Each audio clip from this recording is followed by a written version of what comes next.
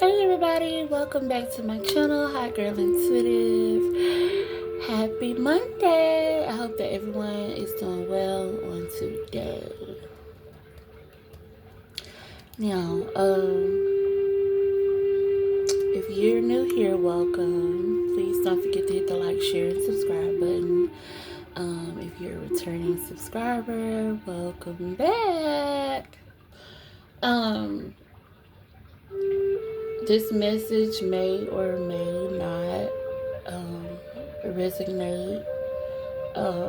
If you find this message and it comes across your For You page, it is meant for you. Do remember that tarot is something that is timeless. So whenever you see the message, it's meant for you to see the message at the time that you are seeing it. Okay. So, with this video, this is going to be a collective reading, not tailored to any specific sign. It's kind of funny how Spirit gave me my downloads for this message because honestly, at the time that I was getting the downloads, certain stuff just wasn't computing right away. I was actually trying to come up with names for a nonprofit that I am working on. And at first, I thought that God was giving me the name for what my nonprofit was supposed to be. I kept hearing the words Angel of Light. So I took it upon myself to put it into Google to see what type of scriptures would come up that was related to Angel of Light. And I kept seeing stuff about Satan. And I was like, God, what do that mean? This can't be right or whatever.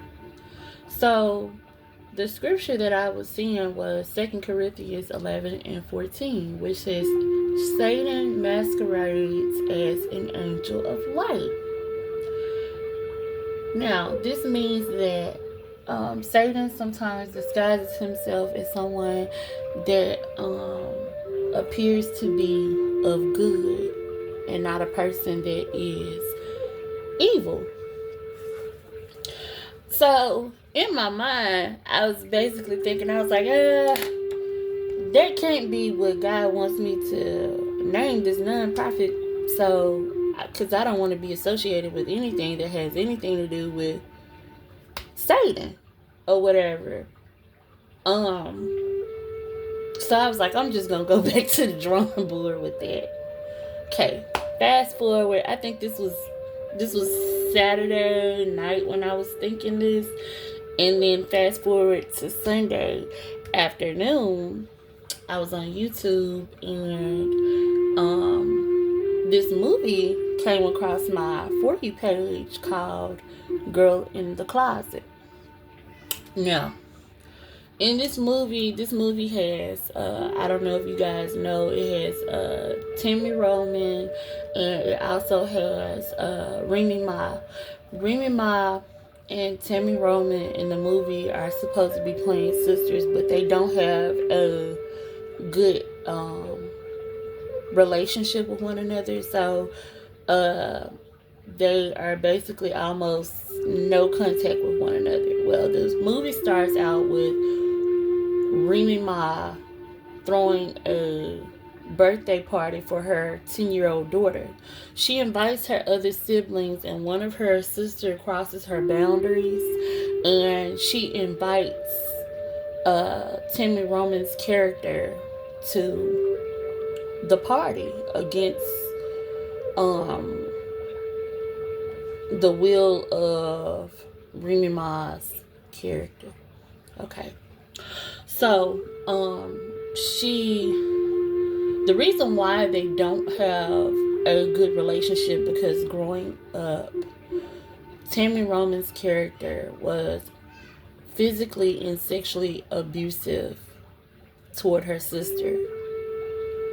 Um, they had both lost their parents, and I think they were like some of them were in the care of their grandmother, and then others were left in the care of Tammy Roman and I believe another family member by the name of Venus. Okay. Um. Anywho, she shows up to the party bearing gifts, and Remy Ma's character is very upset about it. She's like, you can take your gifts, you can keep your gifts, or whatever. She comes with a bike.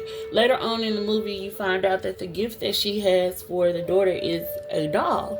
And she attempts to give the niece $40. Remy Ma tells her daughter to give the money back or whatever. And Tammy Roman and her daughter that came with her leave the party. Okay, so then the movie jumps to a portion after the party where Remy Ma is having a discussion with her daughter. Her daughter's name is Cameron. And she tells Cameron, I know that you're upset about what happened the other day, but she was like, Mommy, it was $40. And her mom goes on to explain to her, baby, not all money is good money. Some people do bad things to get money or whatever. So I did what I felt was best for, I did what was best for us. And basically for her to protect herself and her daughter. Okay, so then they say their prayers. She goes to sleep. She wakes up. And the movie jumps to Remy Ma making breakfast for her daughter. And the daughter asks, Mom, what's for breakfast? And she says, we're having oatmeal again. This is all that we have. And the daughter is like, basically, Mom, you can get some of my birthday money. And the mom is like, oh, how generous of you, but it's not going to be needed.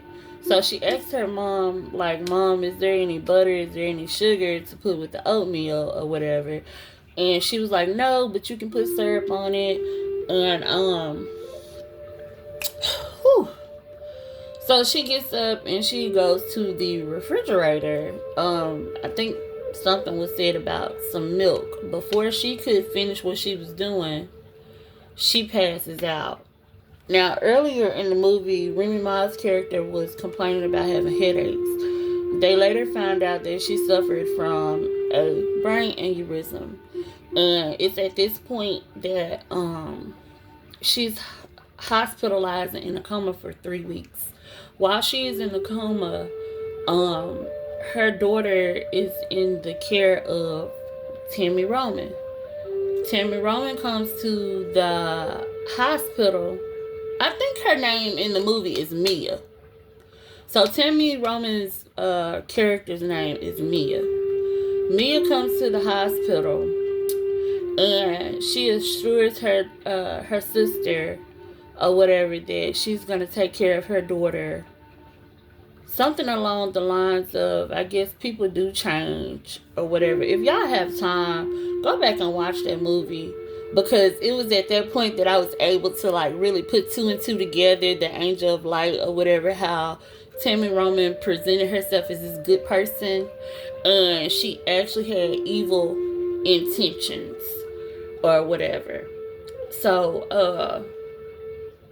anywho, she tells her sister that she's going to take care of her daughter and for her to just rest and focus on recovering. And when it gets to a point of her getting out of the hospital or whatever, basically, Mia stops taking her sister's calls and she disappears with her daughter. And she's very nasty to the daughter. She's abusive. She's not taking care of her daughter. throughout the movie, you see that the niece is not the only person that she has taken advantage of. She presents herself as this angel, this good person that can help people out of certain situations, only to get them to a point to get them where she wants them to be, if that makes sense. She had about, I guess, 5 or 6 other people living in her house, in her basement. She was collecting funds from the government for each of those individuals. And 2 of the individuals, one of the young ladies was being made to have baby after baby so that Timmy could collect checks for that particular lady's children. She was also trafficking them, and she trafficked her niece. The niece was taken when she was 10, and I don't think she reconnected with her mama again until maybe she was like late teens or what have you. Yeah, it was very, very it was a very disturbing. It was very disturbing because you would think with someone being a family member that they would have your best interest at heart. And I feel like a lot of you may not have experienced certain things to that extent, but you have had other family members to mistreat you and do you a certain way.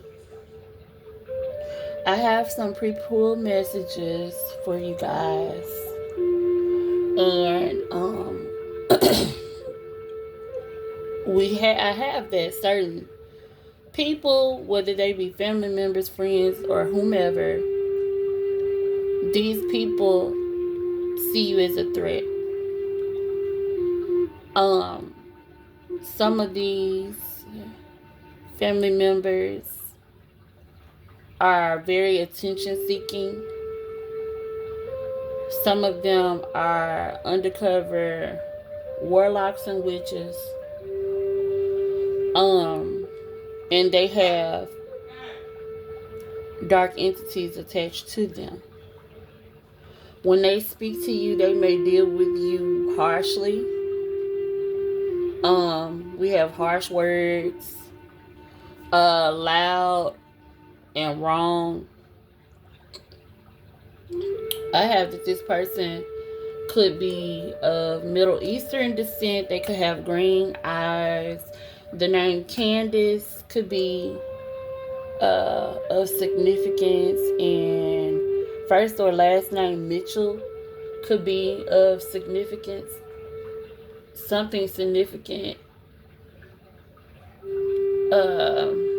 happened on a Sunday, or something significant will happen on a Sunday.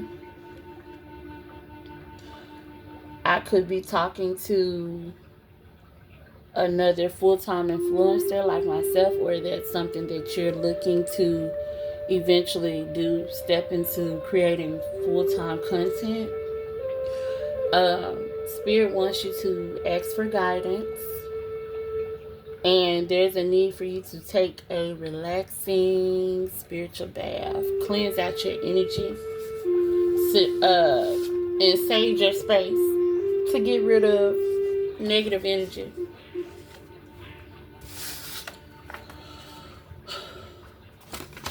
Blue jays could be significant. Whomever this is, you could feel like because this is family or whatever, it could have left you very dark. I mean, these family members are very dark. And you could feel very heartbroken about this. We have daggers in my heart. This could be either you or them. Also, There is a need, if you are confused about anything, if you are unsure about anything that you are dealing with in your life right now at this time, there is a need for you to ask for guidance. Spirit is always there. This situation could involve fire sign, Leo, Aries, Sagittarius. We have moon sign, which is associated with Cancer. We have Saturn, which is associated with Aquarius, and I want to say Capricorn. We have Leo, Pisces, and again Capricorn. So anyone,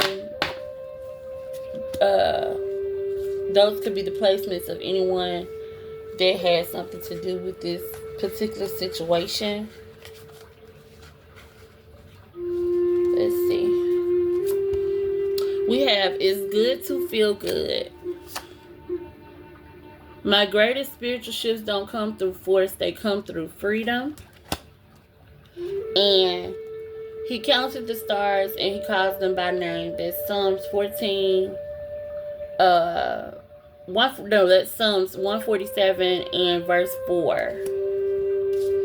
We also have, when I live and I act from a place of spiritual alignment, I can trust that everything is working out for me, even if I don't know when or how it will happen.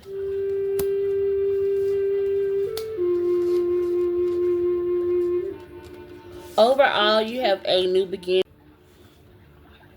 Okay, y'all, I'm back. My camera cut off earlier before I could wrap up the rest of y'all reading or whatever. But the overall energy of your reading, we have the Ace of Cups, which symbolizes new beginnings in love, emotional clarity, or a spiritual awakening.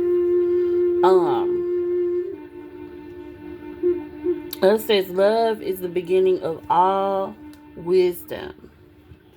We have the Nine of Pentacles.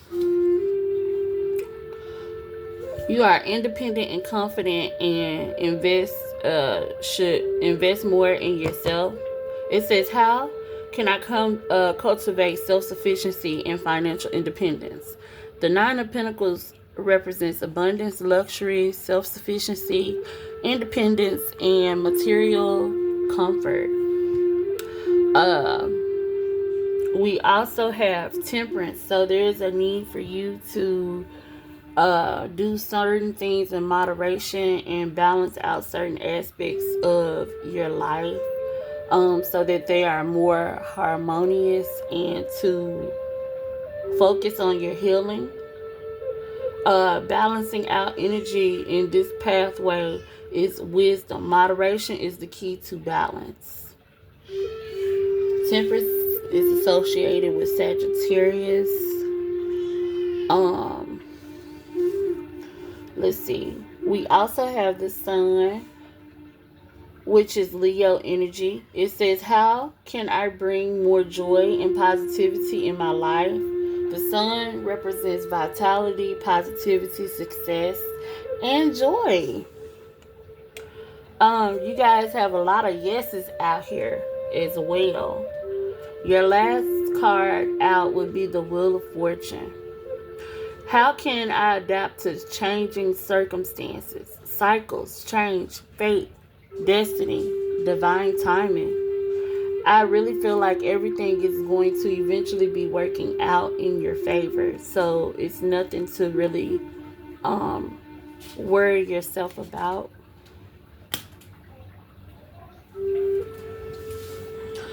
Guys, just be mindful of anyone coming in portraying themselves to be one way and they really are another.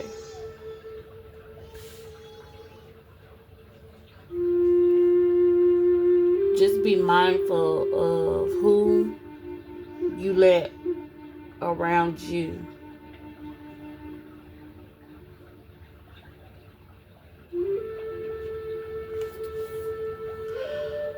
Let's see, is there anything else?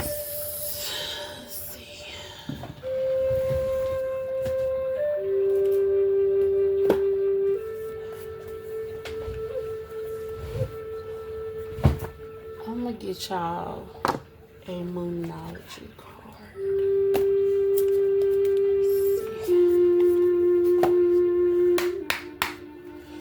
Spirit, angels, God, in the most holy, divine, white light, what messages do you have for my collective? What is it that they need to know at this current time? Please give me honest, clear, concise messages in regards to what my collective needs to know at this time. We have believing the impossible. Don't let your pride get in the way. Those two cards come out a lot. I think I did a reading a while ago, and these same exact cards came out.